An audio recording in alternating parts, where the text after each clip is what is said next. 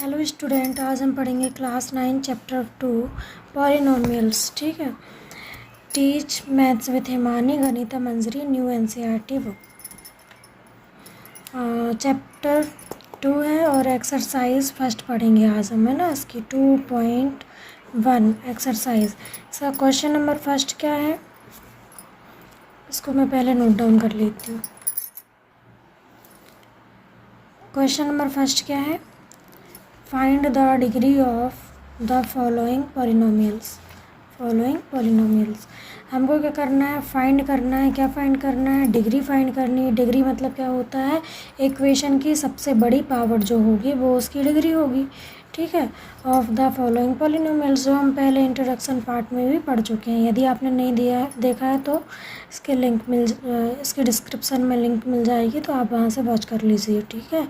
उसको वॉच करेंगे, उसके बाद ही आपको एक्सरसाइज समझ में आएगी। ठीक है। तो फर्स्ट वाला क्या है, 2x² - 5x + 3। ठीक। तो यहाँ पे सबसे बड़ी पावर क्या है इस इक्वेशन में? सबसे बड़ी पावर क्या है? यहाँ देखो, x की पावर कितनी है, 1 है। यहाँ पे x की पावर कितनी है, 2 है। यहाँ x है क्या? नहीं है। नहीं है मतलब x की पावर कितनी है, 0 है। ठीक है। तो इसलिए यहाँ पे अपनी डिग्री क्या हो जाएगी, डिग्री = इस क्वेश्चन की डिग्री हो जाएगी 2। ठीक है। अब सेकंड क्वेश्चन क्या है, y³ + 2y - 1। अब यहाँ पे सबसे बड़ी डिग्री क्या होगी, कितनी है सबसे बड़ी डिग्री, 3। तो डिग्री क्या हो जाएगी, 3। ठीक है। अब देखो थर्ड वाले को -9। अब यहाँ तो कोई भी इक्वेशन नहीं है, अब हम कैसे करें, है ना। तो इसकी डिग्री क्या होगी, अभी मैंने यहाँ बताया था आपको, यदि इसके साथ कोई भी टर्म नहीं है मतलब x की पावर 0 है, क्योंकि x की पावर 0 की वैल्यू क्या होती है, हमेशा 1 होती है। तो किसी भी डिजिट के साथ यदि मल्टीप्लाई होगा तो सेम नंबर आएगा, इसलिए 3 आया। यहाँ भी 1 से हुआ तो 1 आ गया, फिर यहाँ भी 1 से हुआ तो क्या आया।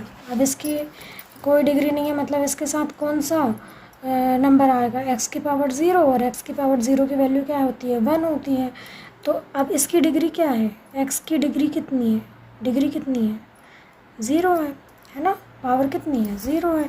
तो इसकी डिग्री क्या हो जाएगी, 0। और सिंपली ये याद रखो कि यहाँ पे 9 के साथ कुछ नहीं है, मतलब इसकी डिग्री क्या हो जाएगी, 0। फोर्थ क्वेश्चन क्या है, 4z - 3।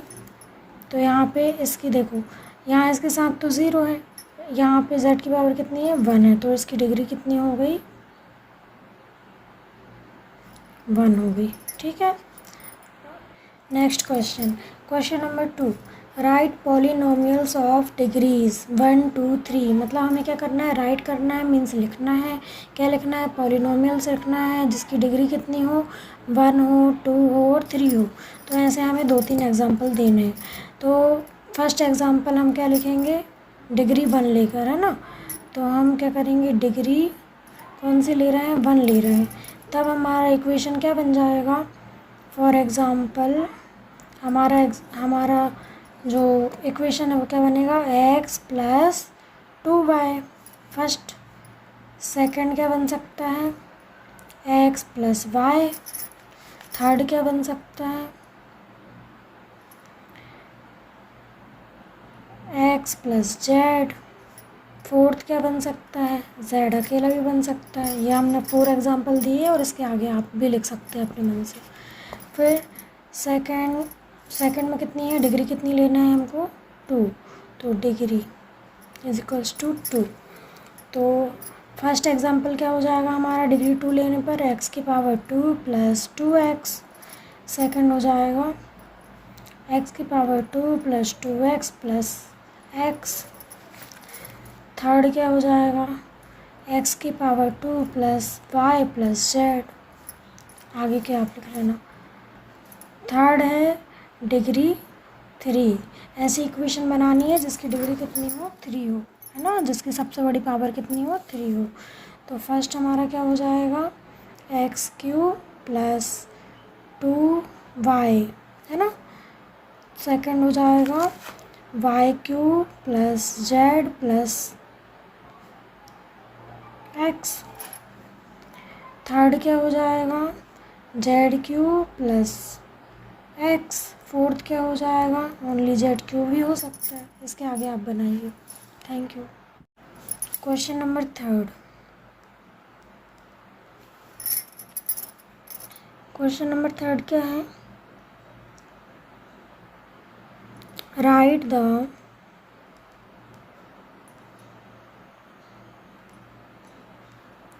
Coefficient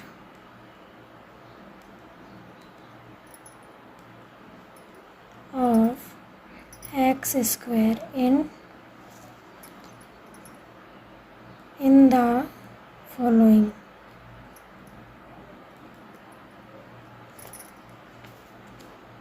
polynomial. ठीक है, right the coefficient of x square in the following polynomial.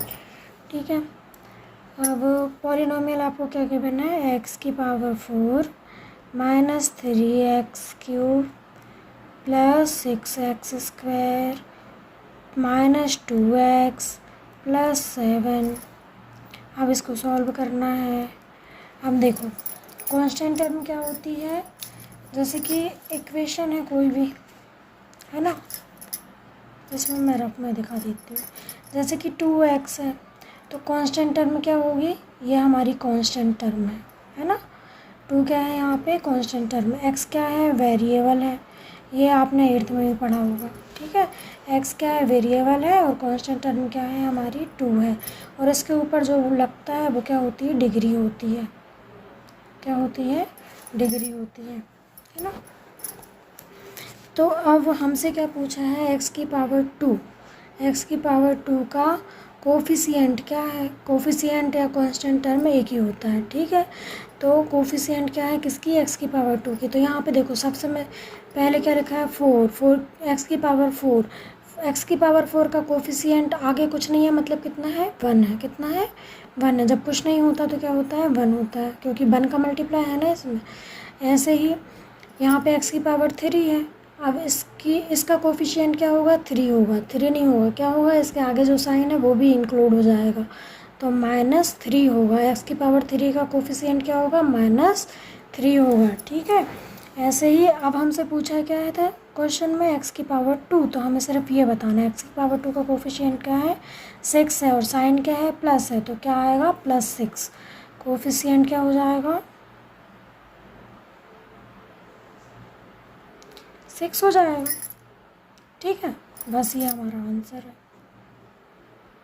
अब नेक्स्ट करेंगे।